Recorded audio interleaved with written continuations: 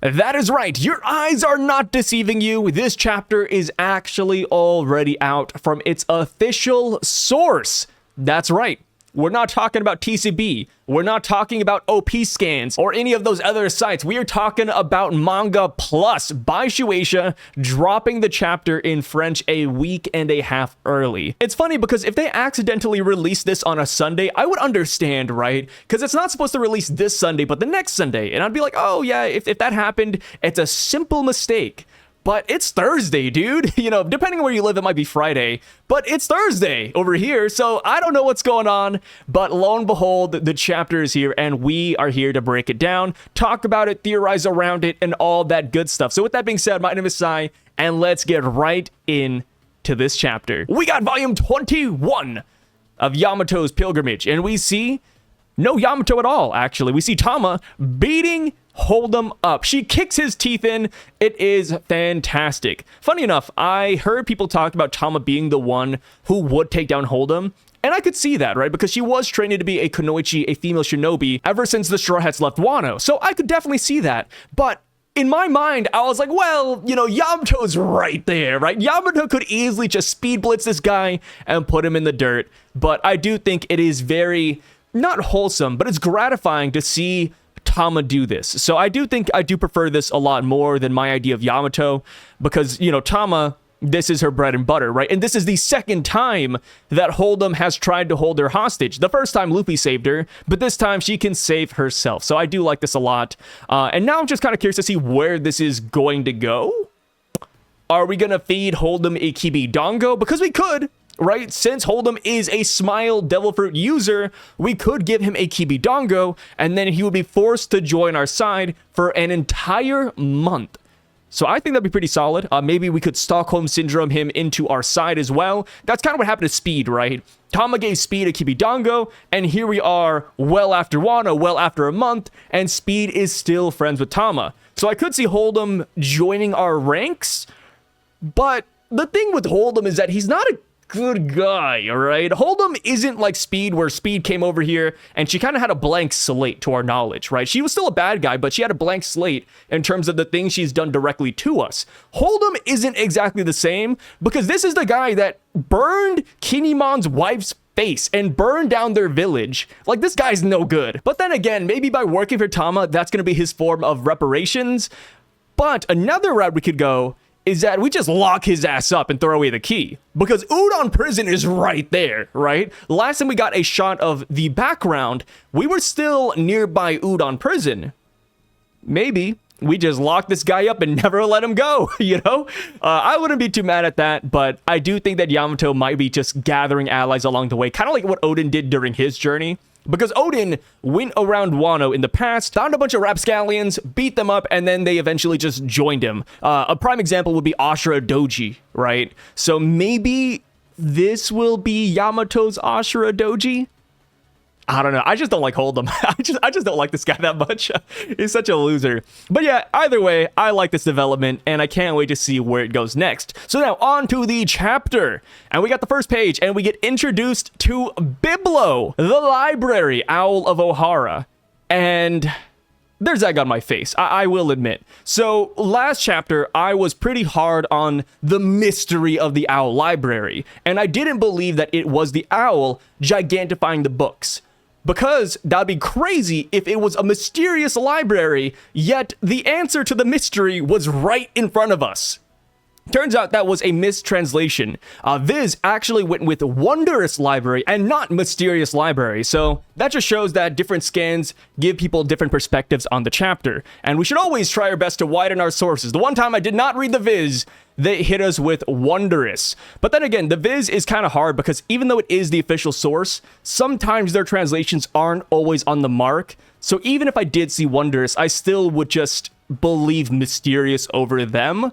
And I know that sounds crazy, but we've had many examples, like Mother Frame, for example. They pushed Mother Frame time and time again until we got revealed later that it's indeed Mother Flame. That's just one example off the top of my head. I'm sure there's many others we could come up with. But yeah, I guess we could just view this as a prime example or advert that it's always good to read multiple sources. If you read the Viz official, it's good to read other sites. If you read the other sites, it's good to always read the Viz official, and vice versa. And this is one of those instances. So now, getting back to it, the owl Biblo. According to Vegapunk, the owl has the Iku Iku no Mi, and they can turn inorganic objects into bigger versions of themselves, hence why we have big books. But the owl doesn't just have to stop at big books, and I do wonder who gave it this task. It kind of reminds me of Onimaru over on Wano, where they went around collecting swords because Ushimaru kind of told them to, or at least they wanted to carry on Ushimaru's legacy. And I was like, okay, like this owl stays in this library. This owl only makes books larger. Who gave it this mission? Is this just the owl that has a weird hobby and they just kind of stuck with it all their life? Or did somebody tell this owl to do exactly this and they've been just loyal to that mission? Kind of like Zunisha and how Zunisha is being forced to walk around the waters. Is somebody forcing this owl to stay in the library? Because this owl looks dead. I mean, I'm gonna be honest, this owl looks so damn tired. If you look at the panel where we see Biblo facing forward, dude, there's like 5 bags under his eyes. Somebody let this guy rest. My goodness. One thing I do want to keep in mind though is that this owl, while it should have the Iku Iku no Mi according to Vegapunk, it's not exactly confirmed. It's simply just a theory that Vegapunk said. So I do wonder if there might be more nuance to it. Like, for example, when we saw Biblo and we see the introduction box, it doesn't say Iku Iku no Mi. So I wonder if there might be something more to this. I don't know. It's hard because I am conspiratorial, right? You know, we try to look at all the different ways we can theorize off of the chapter, and I would say this might be one of them, because the logistics behind this owl just seem kind of strange to me. Like, for example, like there is a chair right beside the owl, and it's a human-sized chair, right? It doesn't look like a giant chair unless the perspectives are just warped.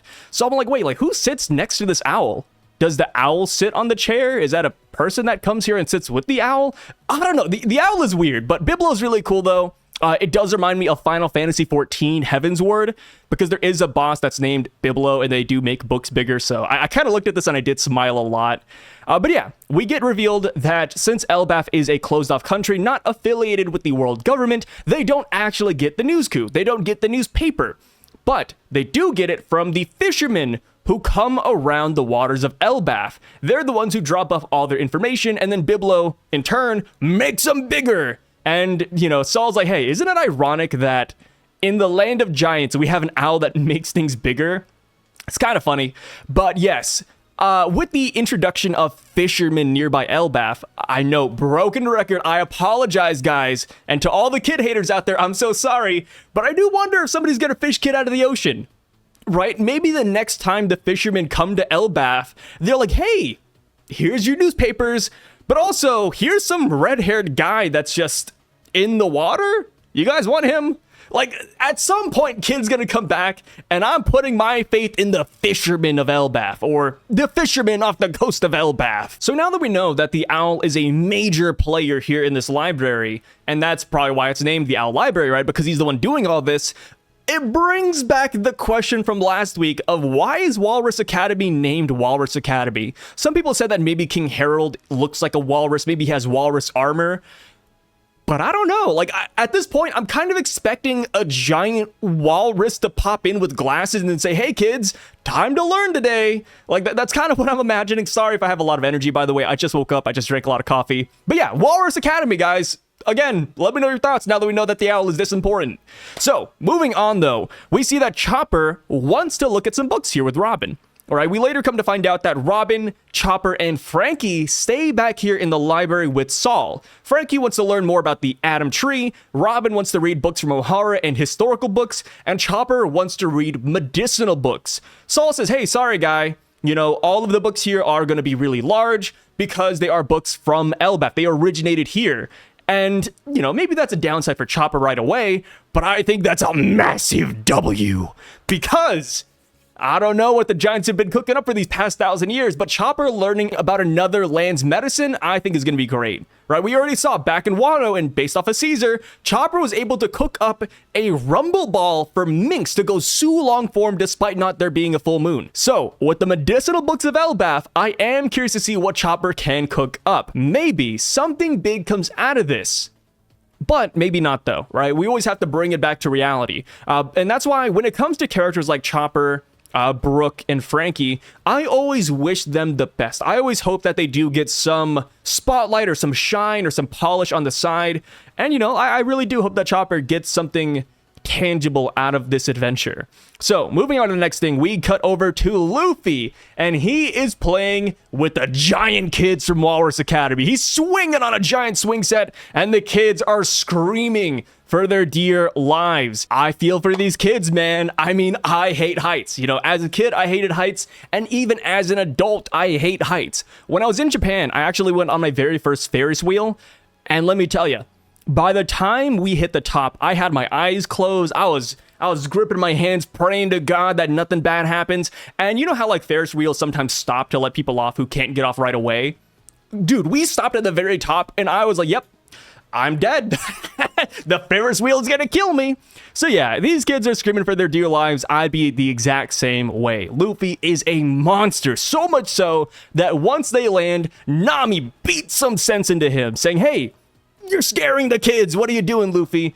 Usopp also gets beaten, and he's like, hey, I was trying to stop him, Nami. Why are you doing this to me too? One thing you'll notice throughout this whole chapter, and even last chapter, is that Luffy and Usopp are like this. There are a lot of panels here in Elbaph where Luffy and Usopp react in the same panel or react the same way or have a lot of dialogue together. It just goes to show that Usopp is going to be a focal point on this island. Oda has not forgotten that this island, the main reason why we're here, is to fulfill Usopp's dream. It shows, man, it shows. So the kids, after they're done being scared by Luffy, they run over to Garrett, and Sanji's like, oh, like these kids are so innocent, they're so sweet. Luffy, like, why would you do this to them? And then he turns over and the kids are smiling. They're smiling while rubbing their heads in Garrett's breasts. And Sanji's like, yep, shitty kids exist everywhere in the world, just like Momonosuke. Pretty funny, you know, good old gag making a comeback here. Not my favorite gag, I will admit, but it's a gag nonetheless. Luffy and Usopp have some back and forth where Luffy says, it's a shame that these kids are weak. It's a shame that they're not fighters like the old giant warrior pirates or the new giant warrior pirates. And Usopp says, yeah, it's unfortunate, but, you know, you can't blame Elbaph for wanting to become a peaceful nation. And I think that's really graceful. You know, coming off the last chapter, I was wondering how Usopp felt about all of this. And it turns out that Usopp is very accepting. He understands that people, at the end of the day, they want peace. You know, you can't blame these guys for not wanting to go out and fight. But little did they know, though, that they spoke too soon. Because right after Usopp says that, Luffy gets attacked from behind. Yep, that's right. Colin, the kid from Shanks's bar here in Elbaph, comes up from behind and tries to hit him with what seems to be a wooden sword.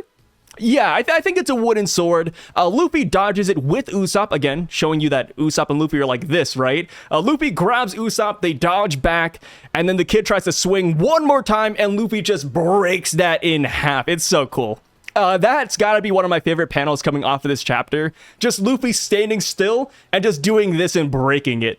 My God. So after Luffy breaks it, though, he does not stop there. He goes into gear 3rd, and he shoots an elephant gun at this toddler. Usopp then yells at Luffy to not overdo it. Luffy says, well, I didn't hit him, did I? But it's good to see that the kids of Elbaph aren't all spineless. The kids are screaming in the background, though. They're saying, Luffy's a meanie, I hate violence. And it's like, God, dude. These kids, they need to grow the hell up. They need to fight on the seas like a brave warrior. More of these kids should be just like Colin. Colin walks up to Luffy after this brief bout, and he says, oh, like, you're an emperor? That's so cool, man. I could see how strong you are. This is awesome. And we actually get a revelation. We learn that Ripley is actually Colin's mom. I can't believe it. I can't believe it. So the reason why I didn't put this together sooner and the reason why a lot of people didn't put this together sooner, is because when we were at the bar, the bartender said, hey, Colin, here's some food for Ripley and your dad. And it kind of like drew this weird separation between Ripley and the dad. And I was like, oh, like Ripley's simply a family friend, right? It's not his mom. Turns out it is. What's crazy about it is that Ripley is actually in love with a human. Colin is a half-breed, half human, half giant. We actually don't know who the dad is, but based off of the context clues, I mean, let's be real here, guys. It's either that Oda is introducing a brand new character, or it's gonna be a legendary pirate. Oh man, I love this. I think this is one of my favorite plot points of the chapter too. I don't say that lightly, but obviously I'm easily excitable, right? I get easily hyped over the most mundane things, but I think his dad is Scopper.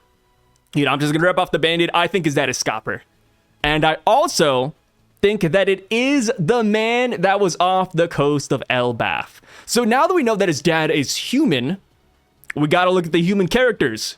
And let me tell you, there's not a lot of human characters that we have seen thus far here in Elbaph, but the man off the coast, the guy saying, come on then, dude, he's a human. You know, we saw his height, we saw his proportions, he is a human. So I think there's a really good chance that that is him. I mean, of course, you know, just to play devil's advocate, there's always a chance that Oda will just introduce a brand new character, or there's a chance that that is a separate person entirely. Oda could go a bunch of different ways, but right now I am of the belief that the man off the coast is Colin's dad and Ripley's lover. Is it Scopper? I think so. I really think that makes the most sense, especially based on what they say about him. They say that he was once a pirate. Well, why once a pirate, right? Why not a pirate right now? Maybe because the Roger crew disbanded, right? You could say the same about Rayleigh. Rayleigh is a pirate, but he's a former pirate. So I think Scopper kind of fits in that camp. And the next thing they say is that this guy does not fear the giants of Elbaph. And the only person I think that fits this description is Scopper. Scopper? A former member of the Pirate King's crew? Yeah, dude, I'm putting my stocks into that one. So I am leaning towards Scopper. I feel like he fits the bill really well. And this does remind me of Shaki and Rayleigh, right? Because Shaki was a former Kuja pirate, a former empress of Amazon Lily. But here she is, retired, working at a bar, hanging out with Rayleigh. They got this lover thing going on. Ripley and Scopper, in my opinion, fit that bill as well. I really do feel the Rayleigh vibes coming off of this relationship. So I do think it's him. I really do. Outside of that, I just really don't know who else it could be. Like, Shiki was a good guess for the man off the coast. But, I mean, Shiki settling down, getting a wife, hanging out. I just don't see that. I just don't see it. But yeah, there's a lot of good stuff here. I mean, we even get a shot of Ripley looking down. We could see inside of her shirt. That's all big and dandy.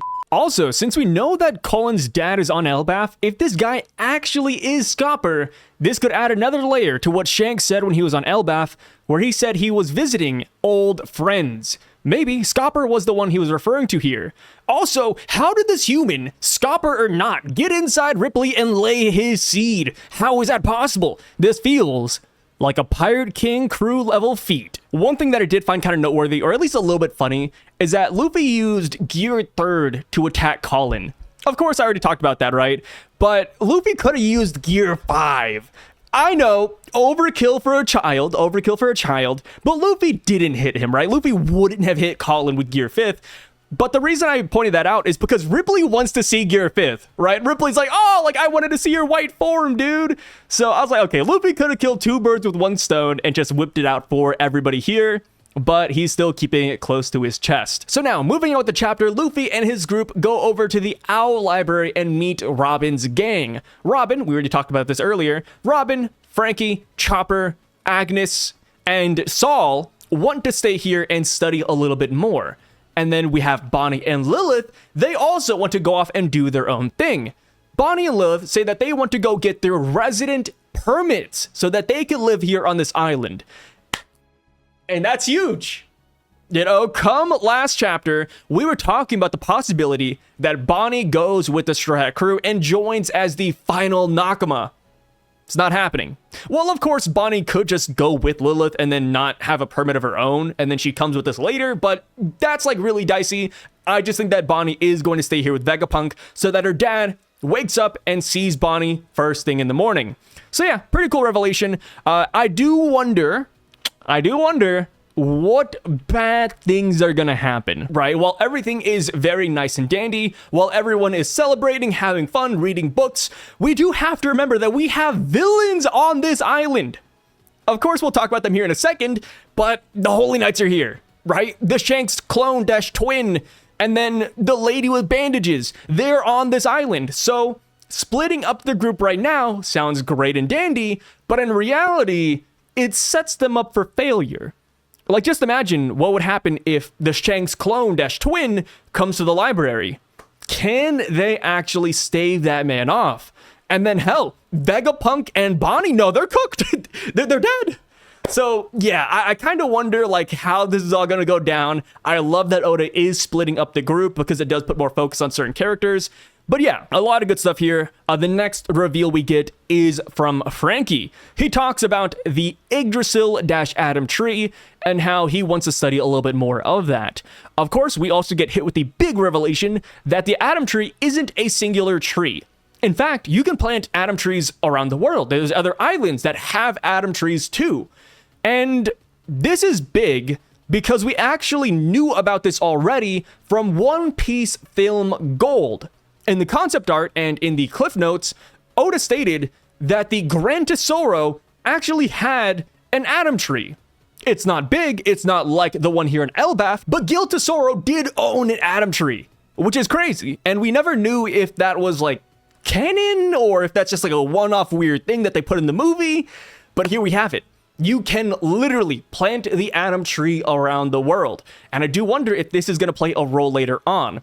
Will we go to the Void Century and see that there were many Adam trees around the world? Or perhaps on the opposite end, are we going to plant more Adam trees around the world, current day?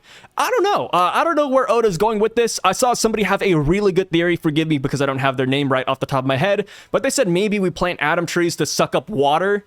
And I'm like, okay, like that's something, right? I think that's a pretty solid idea. We need more out of that, but yeah, the fact that you could just plant the Adam tree around the world is crazy. And I do wonder if Frankie would just take one back to Water 7 at the end of the story. Like, hey, Iceberg, you guys are still making pirate ships? Well, here's an Adam seed. With that, they could potentially make a lot more Adam wood ships, upcharge to their customers, and everyone will be happy at the end of the day. Of course, the stipulation, though, is that it takes a long time for the Adam tree to get to this size. The one here on Elbaph is the oldest Adam tree out there. So, yeah, there's a lot of, like, side things with this, but I am really curious to see where Oda's going with it, right? This doesn't seem like just a small detail he's just throwing out there. I feel like this will come back later on. Like I said, either by the end of the story or with the Void Century flashback. So, moving on, Garrett has a special request that she wants to make of the Straw Hat crew, and that request is that she wants the gang to wear her clothing. Of course, Luffy's group, who already were in Roto's Playhouse, they do not change, but we do see that Brook, Robin, Frankie, and Jinbei have finally received their Elbaph attire. And I gotta say, man, their Elbaph designs are freaking cool. I love that Frankie has the two horns. I love Jinbei's, like, seemingly white cloak, and then he has, like, that giant belt. Robin with the tank top. My god, there's a lot of good things here. I think Elbaph definitely has one of my favorite fits from the series. And yeah, major shoutouts to Garrett. I do gotta say, though, that while Garrett called Roto a weirdo in The Shame of Elbaph, she kind of acts like Roto, all right? Roto was doing this exact same thing, but he just dialed it up a notch, right? If you dial Garrett up a notch, oh my god, she's gonna start trapping people in cages. So it's kind of funny that she called him a weirdo when she's kind of the same way. You know, she really adores little people. She has clothes for them.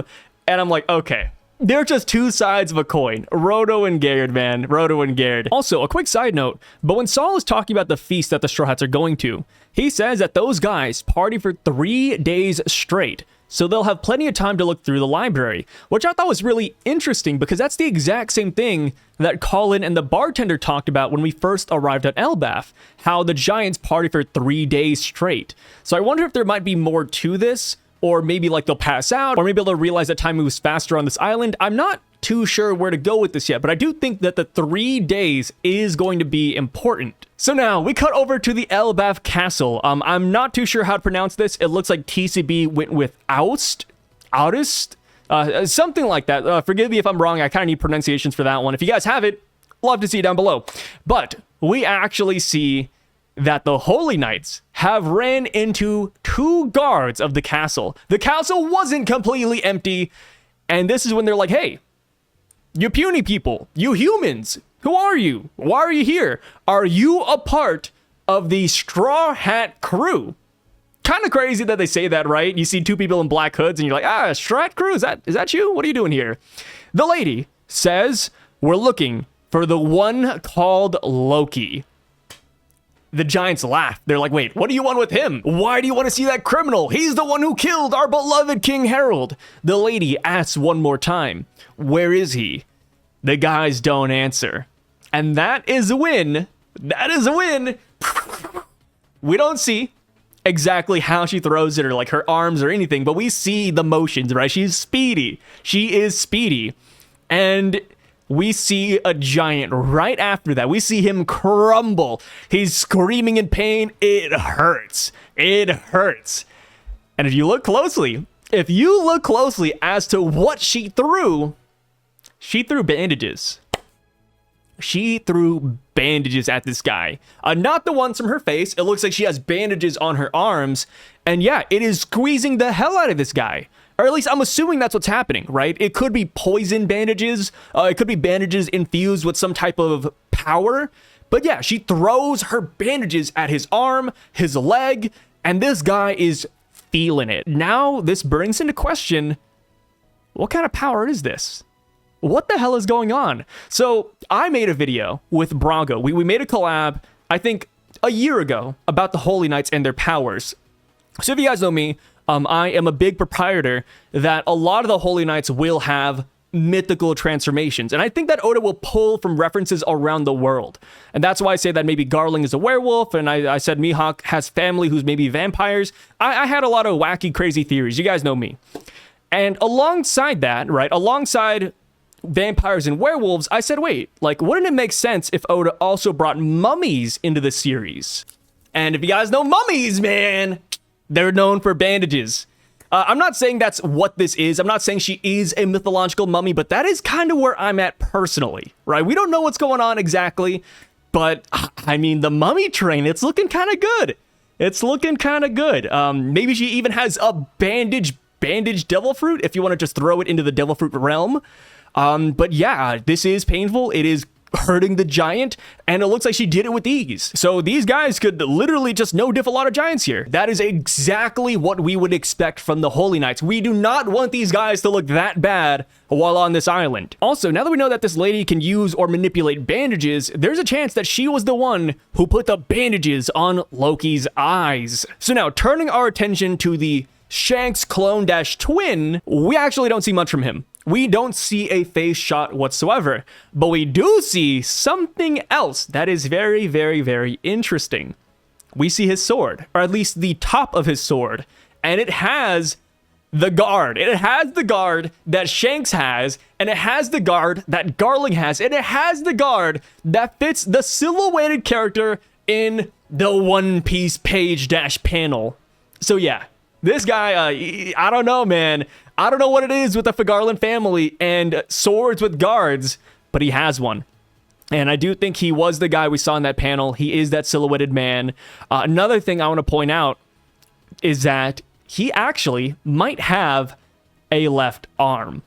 So if you look at the panel, right, he is a hooded figure. He's a black silhouette, essentially. And you see like a bump right here. You see a bump. And that bump would be from a left arm, which is huge because the real Shanks, he doesn't have that. He does not have it. So another Small nod or confirmation that this is not the real Shanks. This is someone else entirely. So yeah, a lot of crazy things here. And now, of course, we have to talk about Loki. Why are they here for Loki? Is it for the Devil Fruit? Do they want to recruit him? Or is it for some other nefarious reason? We do not know. But it is really odd that they're coming right now for Loki. Because Loki has been chained up to a tree for 6 whole years. Why now? Why today? We don't really know yet. And now that we know that they are after Loki, I think this does answer the question of what pirate the Shanks clone-twin was asking about in chapter 907. Because he walked up to the Gorosei and said, hey guys, I want to talk to you about a certain pirate. Well, I think we have confirmation here that that pirate might have been Loki. And you know what? With this, we could finally come to realize why Loki's bounty is considered a special bounty as well. I feel like with all of this, we're going to get that reveal. So yeah, a lot of crazy things here. As far as them coming after Loki for his devil fruit, I could see that. But again, it just brings up the question of why now, right? Yes, if he has the sun god devil fruit, yeah, kill him, exterminate him, you know, do whatever method Blackbeard has and try to take his devil fruit. But we don't know if that's their goal, right? And then outside of that, they know that Luffy has the sun god Nika devil fruit. So why not go after Luffy, right? Like, even on Egghead Island, the Gorosei didn't say, let's get the sun god Nika devil fruit. No. They wanted to kill Luffy, but Luffy was never their main goal, right? They didn't want them to escape, but they really just wanted the Vegapunk stuff. So it's really interesting why there's so much focus on Loki. Perhaps they want to recruit Loki. I could totally see that. Right, Loki has this resentment towards the giants. Loki said he wants to end the world. And we do know that Mother Carmel, when she was here in Elbaph, she did recruit giants into the Navy. And she worked for the world government. And she also had kids that she was training for Cypherpole agents and special ops. So maybe that's what they're doing here with Loki. But I'm not too sure. There's something odd going on about this. And while it's easy to just say it's for the devil fruit, I feel like a lot of questions arise out of that, and I'm really curious to see where Oda's going to go. I think this plot point is crazy, and also, I wonder why they came here to the castle. Did they teleport over here to the castle because they thought that's where Loki was? Right? Like, oh, Loki's the Prince of Elbaph. He killed King Harold? Yeah, he's probably on that throne right there. Is that why they came here? Because they have outdated information? I don't know. I, though, would love to hear what you guys have to say about this. How do you feel about the Holy Knight's powers? How do you feel about them going after Loki? Why are they going after Loki? I would love to hear all of your theories down below. And of course, this isn't the end of the video, but we do go through these a couple of days later and we read through your comments and theories, and I'm excited to see what you guys have to cook up. And now finally, the last thing I do want to bring up with the Holy Knight's arrival here is that if they do go on a rampage and fight the Straw Hats or the Giants of Elbaph, they are coming at the worst possible time for us.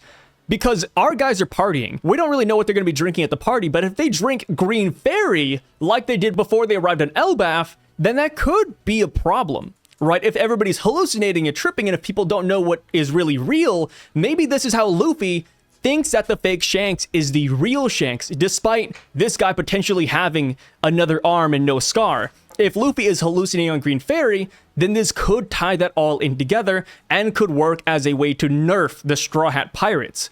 But of course, that is only if they do drink Green Fairy here, but I think they will, right? They casually tossed out the Green Fairy when they were on the boat right here, so I wouldn't be shocked if they all start drinking Green Fairy at the feast. One interesting thing to make note of is that the Straw Hats actually haven't noticed that the Holy Knights are on Elbaph yet. The reason that's interesting is because back on Egghead, multiple characters noticed the minute Saturn showed up. Of course, Saturn was in his yokai form, so perhaps since they haven't transformed yet, they're running in incognito mode. But you gotta admit, the Black Lightning with the hockey and then the magic circle, like, I feel like that should be enough, but I think they draw the line at whether or not they've transformed. And of course, if they're flexing their powers, which I don't think they are right now. So now we cut over to the western village of Elbaph and we see that Luffy and the gang have arrived to the feast.